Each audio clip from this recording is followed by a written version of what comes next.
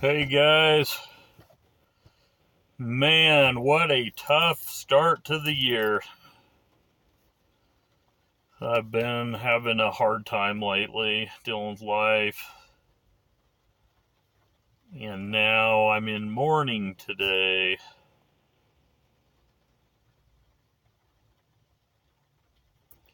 Another one of my friends that I grew up with is gone. Man, guys, I have had so many freaking people go. I'm not that old. I'm not even 50 yet.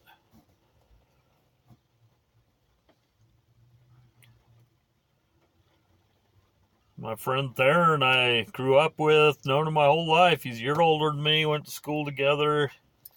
He's been in a coma for basically for about 15 years.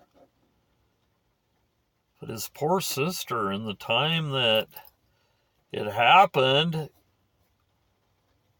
she's lost her parents and younger brother. Or I guess he had been her older brother still. And now Theron, she's alone. So he went into a coma and was put on life support.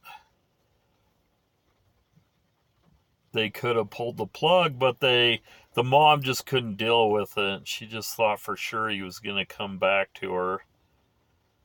And what a twist that would have been, because she's died in the meantime.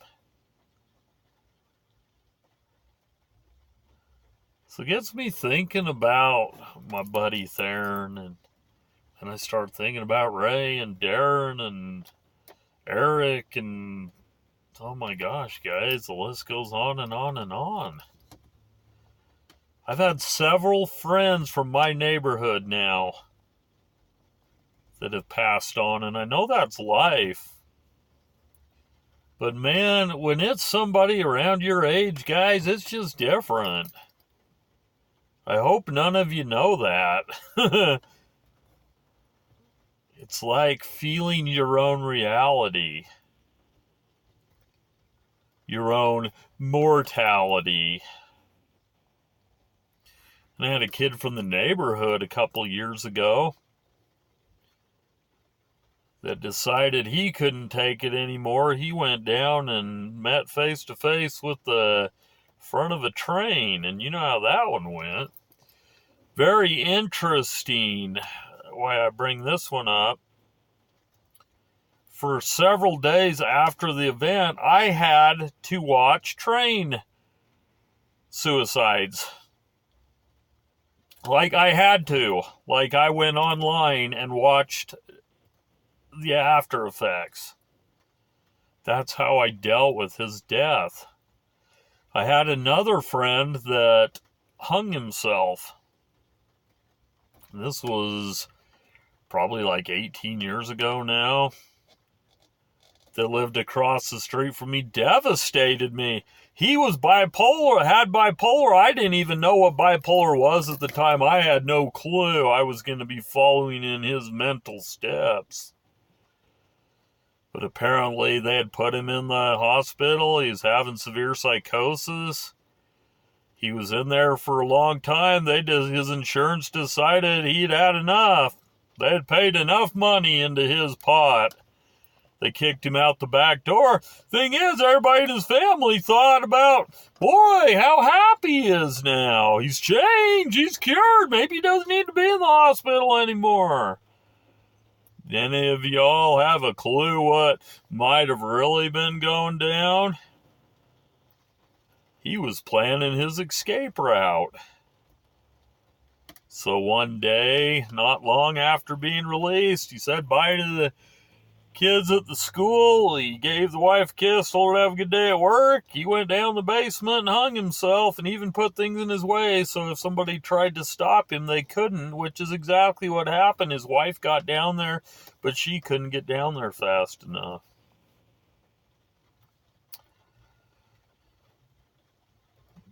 So I am trying to deal with all of this mentally. And I have not, as I said, had a good start to the year to begin with. This is extremely difficult.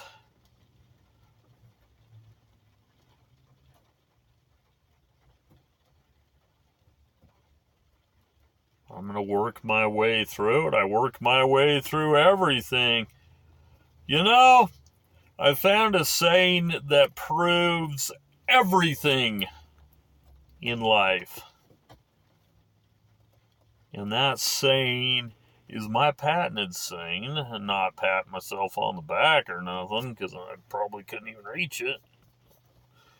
But it is what it is can pretty much define every life situation. And what it is today is my old buddy's sister being a lone family member at about 52 years old.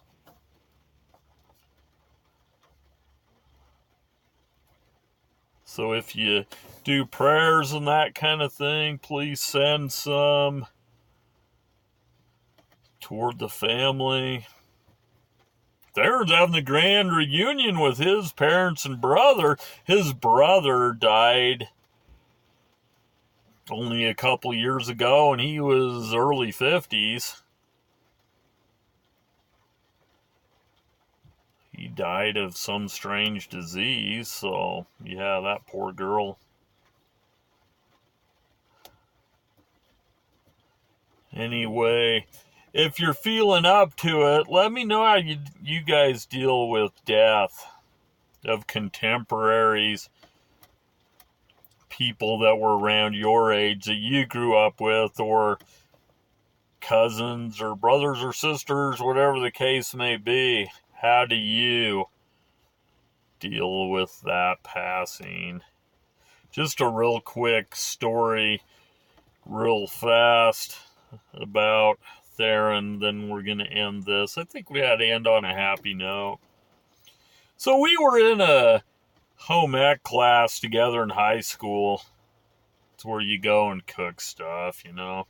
And one day the teacher decided she wanted the class to make bread, so me and Theron teamed up to do some righteous bread. So we did all great. We put all the ingredients together. We were kneading that dough, you know, taking our turns, kneading it good. The teacher decided she had to leave the room for a minute, so we decided it was time to play in-class football. Well, me and Theron did. So we got about 10 feet apart. We started chucking that dough back and forth. He threw one of those a little high. I thought I could get it. I jumped up and it went off the tips of my fingers and landed right in our dishwater. It sank to the bottom like the Titanic. We looked at each other like, oh, hell, what do we do now? Well, we realized we didn't have enough time to make more dough to make our bread, so we decided to resurrect the dough. Basically, we got it out of the water. We kneaded it until it felt about the right consistency again. We put it in the pan, cooked it up. The teacher said, looks good, there's your A. And I said, well, I hope you don't have the craps. We didn't see our teacher for a couple days, guys. I'm not thinking all that kneading got out all that dish soap, if you know what I mean. That's a memory I'll always have of my boy. Theron was a great dude. Many, many memories. I'm going to take a trip down memory lane for the rest of today. I hope you're all good. Let me know how you throw down with all this dying business, and I will talk to you next time.